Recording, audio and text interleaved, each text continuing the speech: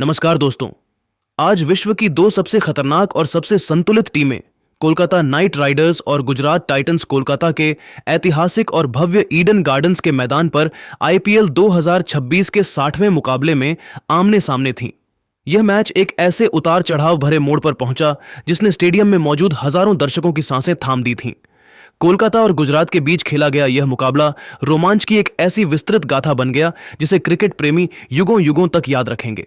Kolkata night Riders के कप्तान अजिंक्य रहाणे ने टॉस जीता और घरेलू दर्शकों के सामने ईडन गार्डन्स की पिच पर परिस्थितियों का फायदा उठाने के लिए पहले गेंदबाजी करने का रणनीतिक निर्णय लिया। कोलकाता के ऐतिहासिक और दर्शकों से खचाखच भरे ईडन गार्डन्स के मैदान पर जब गुजरात टाइटंस की पारी की शुरुआत हुई तो पूरे स्टेडियम का माहौल किसी हाई वोल्टेज फिल्म के ओपनिंग सीन जैसा था। कोलकाता नाइट राइडर्स के समर्थकों के भारी शोर के बीच गुजरात टाइटंस की ओर से पारी का आगाज करने के लिए उनके युवा कप्तान शुभमन गिल और उनके सबसे भरोसेमंद व तकनीकी रूप से सक्षम जोड़ीदार साई सुदर्शन मैदान पर उतरे। इन दोनों ही बल्लेबाजों के कंधों पर टीम को एक मजबूत और सुरक्षित शुरुआत देने की बड़ी जिम्मेदारी थी। शुरुआती पलों में दोनों ही दिग्गजों ने ईडन गार्डन्स की पिच और हवा में मौजूद नमी को भांपते हुए बहुत ही सधी हुई, संभली हुई और परिपक्व शुरुआत की। कोलकाता की ओर से पारी का पहला ओवर लेकर आए स्विंग के उस्ताद वैभव अरोड़ा। वैभव ने अपनी इन स्विंग और आउट स्विंग गेंदों से बल्लेबाजों को लगातार छकाने और गति से परेशान करने का प्रयास किया, लेकिन शुभमन गिल और साई सुदर्शन ने किसी भी तरह की जल्दबाजी न दिखाते हुए उनकी गेंदों पर पूरा सम्मान दिखाया और कोई भी जोखिम भरा शॉट खेलने से पूरी तरह परहेज किया। मुकाबले का असली रोमांच और रनों का खाता दूसरे ओवर में तब खुला जब कोलकाता के कप्तान अजिंक्य रहाणे ने युवा और तेज गेंदबाज कार्तिक त्यागी को मोर्चे पर लगाया। त्यागी जैसे ही अपने लंबे रनअप के साथ गेंदबाजी के लिए आए, कप्तान शुभमन गिल ने अपने हाथ खोलने का फैसला किया। त्यागी ने ऑफ स्टंप के बाहर थोड़ी फुल लेंथ गेंद फेंकने की गलती की, जिसे गिल ने पलक झपकते ही भांप लिया। उन्होंने बड़ी ही नजाकत के साथ अपने फ्रंट फुट को आगे निकाला, शरीर का बेहतरीन संतुलन बनाया और गेंद को एक्स्ट्रा कवर के ऊपर से एक जादुई और दर्शनीय चौके के लिए सीमा रेखा के पार भेज दिया। इस शॉट की टाइमिंग इतनी लाजवाब थी कि गेंद गोली की रफ्तार से बाउंड्री के बाहर चली गई।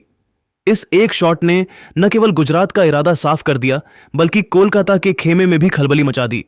शुभमन गिल को दूसरे छोर से चौका लगाते देख युवा साई सुदर्शन के भीतर का आक्रामक बल्लेबाज भी जाग उठा। चौथे ओवर में जब वैभव अरोड़ा अपना दूसरा ओवर डालने के लिए वापस आए तो सुदर्शन ने उन पर काउंटर अटैक करने की रणनीति बनाई। वैभव ने मिडिल स्टंप की लाइन पर एक लेंथ डिलीवरी डाली, जिसे सुदर्शन ने अपने रडार में पाया। उन्होंने बिना किसी हिचकिचाहट के अपने मजबूत बॉटम हैंड का इस्तेमाल किया और गेंद को मिड विकेट के ऊपर से एक गगनचुंबी और विशाल छक्के के लिए स्टैंड्स की गहराई में भेज दिया। इस शॉट को देखकर ईडन गार्डन्स में मौजूद गुजरात के प्रशंसक खुशी से झूम उठे और सुदर्शन ने अपनी आक्रामकता से गेंदबाजों को पूरी तरह बैकफुट पर धकेल दिया। गुजरात की यह सलामी जोड़ी अब कोलकाता के लिए एक बहुत बड़ा सिरदर्द बनती जा रही थी और रणगति तेजी से ऊपर भाग रही थी। हालांकि कोलकाता नाइट राइडर्स अपने घरेलू मैदान पर पलटवार करने के लिए जानी जाती है। कप्तान रहाणे ने छठे ओवर में अपने सबसे बड़े मैच विनर और मिस्ट्री स्पिनर सुनील नारायण को गेंद सौंपी। नारायण ने आते ही अपनी जादुई फिरकी का जलवा दिखाया। उन्होंने अपनी उंगलियों की कलाबाजी से एक ऐसी कैरम बॉल डाली जिसे शुभमन गिल पूरी तरह से पढ़ने में नाकाम रहे। गिल ने दबाव हटाने के लिए एक बड़ा शॉट खेलने का प्रयास किया, लेकिन गेंद बल्ले का बाहरी किनारा लेकर हवा में लहरा गई।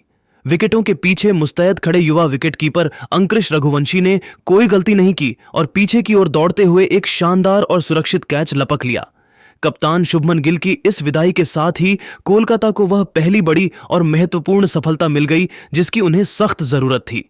पूरा ईडन गार्डन्स केकेआर के नारों से गूंज उठा, लेकिन गुजरात के प्रशंसकों की निराशा तुरंत उत्साह में बदल गई जब मैदान पर कदम रखा इंग्लैंड के सबसे विनाशकारी और आक्रामक विकेटकीपर बल्लेबाज जोस बटलर ने। बटलर के आते ही मैच का रोमांच एक नए स्तर पर पहुंच गया था और अब हर किसी की नजरें इस बात पर टिकी थीं कि बटलर इस मलबे से पारी को कैसे आगे बढ़ाते हैं। ईडन गार्डन्स की टर्निंग और ऐतिहासिक पिच पर जब कप्तान शुभमन गिल पवेलियन लौटे तो गुजरात टाइटंस की पारी को एक मजबूत दिशा की सख्त जरूरत थी। ऐसे नाजुक मोड़ पर जोस बटलर और सेट बल्लेबाज साई सुदर्शन ने मिलकर जिम्मेदारी संभाली। इन दोनों ही बल्लेबाजों ने शुरुआत में कोलकाता नाइट राइडर्स के स्पिनर्स के खिलाफ काफी सूझबूझ दिखाई और संभल कर रन बटोरते हुए स्कोरबोर्ड को लगातार चलायमान रखा। उन्होंने किसी भी फालतू जोखिम से बचते हुए सिंगल और डबल चुराने पर ध्यान केंद्रित किया, जिससे टीम का शुरुआती दबाव धीरे धीरे कम होने लगा। मुकाबले का असली रोमांच 9वें ओवर में फिर से लौट आया, जब बाएं हाथ के स्पिनर अनुकूल रॉय गेंदबाजी के लिए आक्रमण पर आए। साई सुदर्शन ने इस ओवर में अपनी आक्रामकता का गियर बदला और अनुकूल की फिरकी को पिच पर टप्पा खाते ही पड़ते हुए लगातार 2 करारे और दर्शनीय चौके जड़ दिए। इन प्रहारों ने कोलकाता के कप्तान अजिंक्य रहाणे को अपनी रणनीति बदलने पर मजबूर कर दिया, लेकिन 10वें ओवर में खेल ने एक बार फिर अचानक करवट बदली। गेंदबाजी पर आए ऑस्ट्रेलियाई ऑलराउंडर कैमरन ग्रीन ने अपनी लंबाई का फायदा उठाते हुए एक बेहद तीखी, तेज और उछाल भरी बाउंसर फेंकी।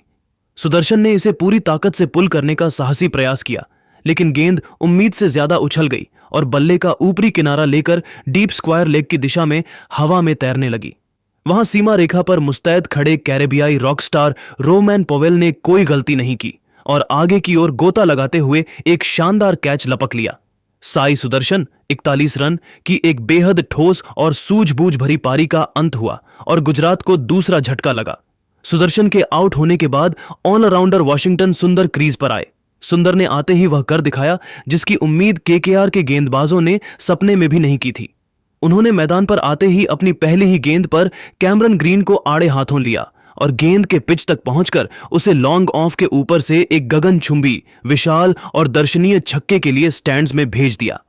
इस एक शॉट ने कोलकाता के गेंदबाजों को साफ संदेश दे दिया कि सुंदर आज केवल पारी संभालने नहीं बल्कि रनों का तूफान लाने आए हैं।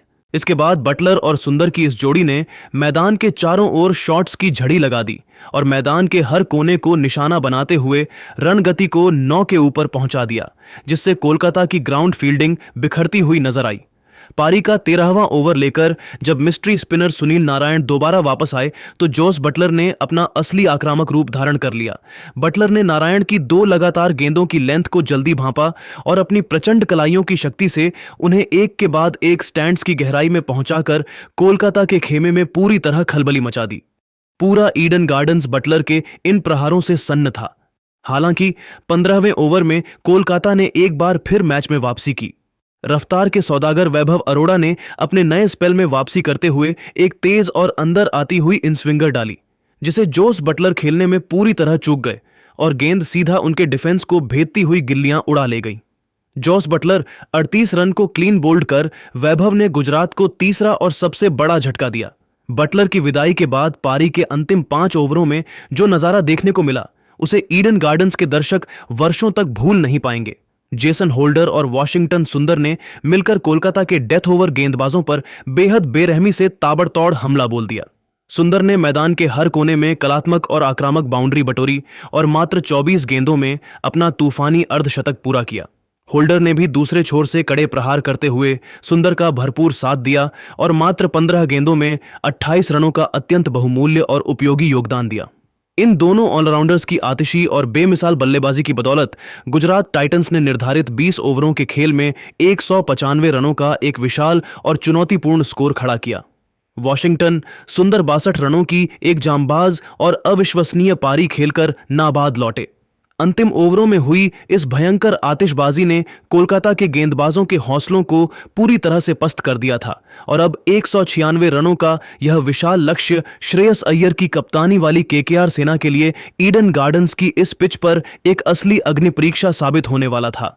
ईडन गार्डन्स की जगमगाती रोशनी के नीचे जब कोलकाता नाइट राइडर्स केकेआर की टीम 196 रनों के विशाल, चुनौतीपूर्ण और पहाड़ जैसे लक्ष्य का पीछा करने मैदान पर उतरी तो पूरा स्टेडियम केकेआर के नारों से गूंज रहा था।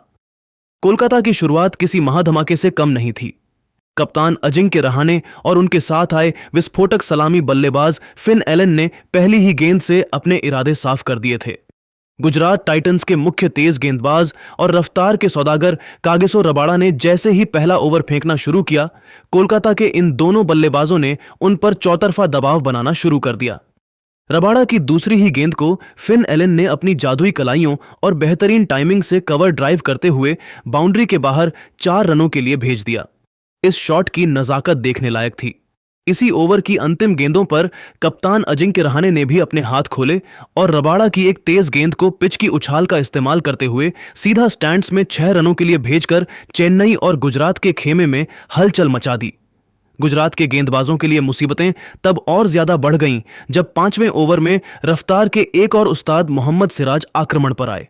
फिन एलन ने उनके अनुभव और गति का पूरा फायदा उठाया। एलन ने सिराज की शुरुआती 3 गेंदों पर लगातार 3 कड़क, करारे और दर्शनीय चौके जड़कर सनसनी फैला दी। एलन का हर शॉट आत्मविश्वास से भरा था, जिसने कोलकाता के स्कोर को पावर प्ले की समाप्ति से पहले ही 60 रनों के पार पहुंचा दिया। गुजरात के कप्तान शुभमन गिल मैदान पर लगातार फील्डिंग में बदलाव कर रहे थे, लेकिन कोलकाता की रन गति पर लगाम लगाना नामुमकिन सा लग रहा था। पूरा ईडन गार्डन्स इस आतिशी बल्लेबाजी को देखकर झूम रहा था। हालांकि गुजरात टाइटंस जैसी चैंपियन टीम किसी भी समय मैच में वापसी करना जानती है। कोलकाता को पहला और सबसे बड़ा झटका 8वें ओवर में लगा, जब फिरकी के जादूगर और दुनिया के सबसे खतरनाक लेग स्पिनर राशिद खान ने अपनी गेंदबाजी का जलवा दिखाया। राशिद ने एक ऐसी सटीक और जादुई गुगली डाली जिसे खतरनाक दिख रहे फिन एलन पूरी तरह से पढ़ने में विफल रहे और गेंद उनके बल्ले और पैड के बीच के डिफेंस को भेदते हुए सीधा स्टंप्स को उड्डा ले गई। फिन एलन की तूफानी पारी का अंत हुआ, लेकिन कोलकाता का आक्रामक रुख यहां भी नहीं थमा। एलन की जगह क्रीज पर आए ऑस्ट्रेलियाई ऑलराउंडर कैमरन ग्रीन ने आते ही निडरता का परिचय दिया। ग्रीन ने राशिद की ही एक फ्लाइटेड गेंद को भांपते हुए मिड ऑन के ऊपर से एक विशाल और गगनचुंबी छक्का जड़ा और साफ कर दिया कि विकेट गिरने के बावजूद केकेआर अपनी रणनीति नहीं बदलेगी। मुकाबला तब सबसे नाटकीय मोड़ पर पहुंचा जब 10वें ओवर में कागिसो रबाड़ा एक बार फिर अपनी आग उगलती रफ्तार के साथ वापस आए। इस बार उन्होंने अपनी रणनीति बदली और शॉर्ट पिच गेंदों का इस्तेमाल किया।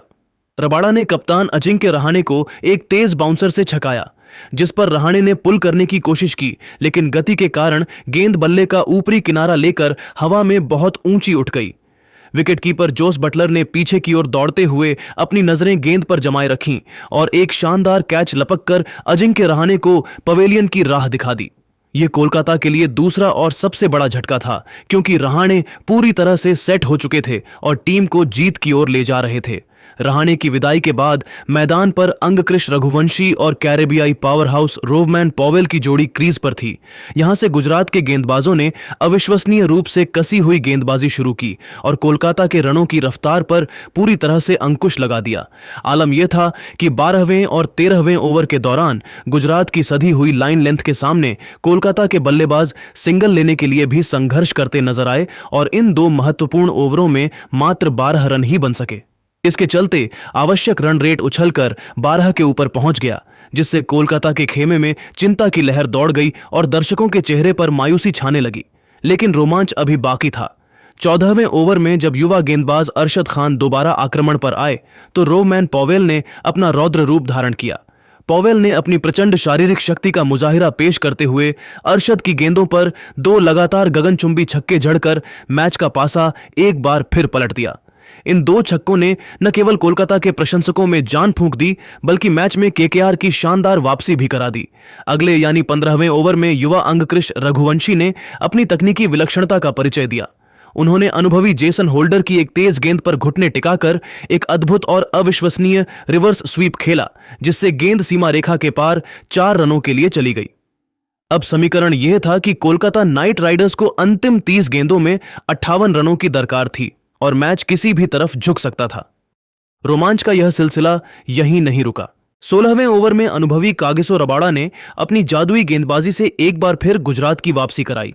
रबाड़ा ने खतरनाक दिख रहे कैमरन ग्रीन को अपनी एक सटीक और तेज गेंद पर आउट कर दिया, जिससे मैच का पलड़ा फिर से गुजरात की ओर झुक गया। 17वें ओवर में अनुभवी मनीष पांडे ने क्रीज पर कदम रखते ही अपने इरादे साफ किए और 2 करारे चौके जड़कर लक्ष्य को करीब लाने की कोशिश की। लेकिन 18वें ओवर में अरशद खान ने वह गोल्डन विकेट हासिल किया जिसकी गुजरात को सख्त जरूरत थी। अरशद ने अपनी चतुराई से रोवमैन पॉवेल को चकमा दिया और उन्हें डीप मिड विकेट पर कैच कराकर कोलकाता की जीत की उम्मीदों पर गहरा प्रहार किया। अब अंतिम 2 ओवरों में कोलकाता को 32 रन चाहिए थे। 19वें ओवर में मोहम्मद सिराज ने अपने अनुभव का पूरा निचोड़ पेश किया और अपनी सटीक यॉर्कर और स्लोअर बॉल्स के दम पर मात्र 10 रन दिए। अब मुकाबला अंतिम ओवर की 6 गेंदों और 22 रनों के फासले पर आ टिका था। आखिरी ओवर फेंकने की जिम्मेदारी कप्तान ने आइसमैन राहुल तेवतिया के हाथों में सौंपी, जबकि स्ट्राइक पर भारत के सबसे बड़े फिनिशर रिंकू सिन्हा मौजूद थे। पूरा ईडन गार्डन्स सांसें थाम कर खड़ा था। रिंकू सिंह ने पहली ही गेंद पर तेवतिया को लॉन्ग ऑन के ऊपर से एक विशाल छक्का और दूसरी गेंद पर शानदार चौका जड़कर कोलकाता के खेमे में भारी उत्साह भर दिया। ऐसा लग रहा था कि रिंकू एक बार फिर इतिहास दोहरा देंगे, लेकिन यहां तेवतिया ने गजब का मानसिक संतुलन और अनुभव दिखाया। उन्होंने अगली 3 गेंदें एकदम सटीक, मारक और गतिहीन स्लोअर यॉर्कर डाली, जिनका रिंकू सिंह के पास कोई जवाब नहीं था। अंतिम गेंद तक चले इस रोंगटे खड़े कर देने वाले संघर्ष में कोलकाता की टीम लक्ष्य से मात्र 6 रन दूर रह गई। गुजरात टाइटंस ने इस बेहद करीबी और सांसें रोक देने वाले मुकाबले को 5 रनों के अंतर से अपने नाम कर लिया। जैसे ही मैच समाप्त हुआ, पूरा ईडन गार्डन्स स्टेडियम गुजरात के गेंदबाजों के इस अविश्वसनीय प्रदर्शन से सन्न रह गया। दर्शकों को एक ऐसा ऐतिहासिक मैच देखने को मिला जिसमें उतार चढ़ाव की इतनी विस्तृत गाथा थी कि इसे क्रिकेट के इतिहास के पन्नों में सुनहरे अक्षरों में दर्ज किया जाएगा। गुजरात की जीत ने यह सिद्ध कर दिया कि उनके पास दबाव में बिखरने के बजाय निखरने वाले जांबाज गेंदबाज और रणनीतिक श्रेष्ठता मौजूद है।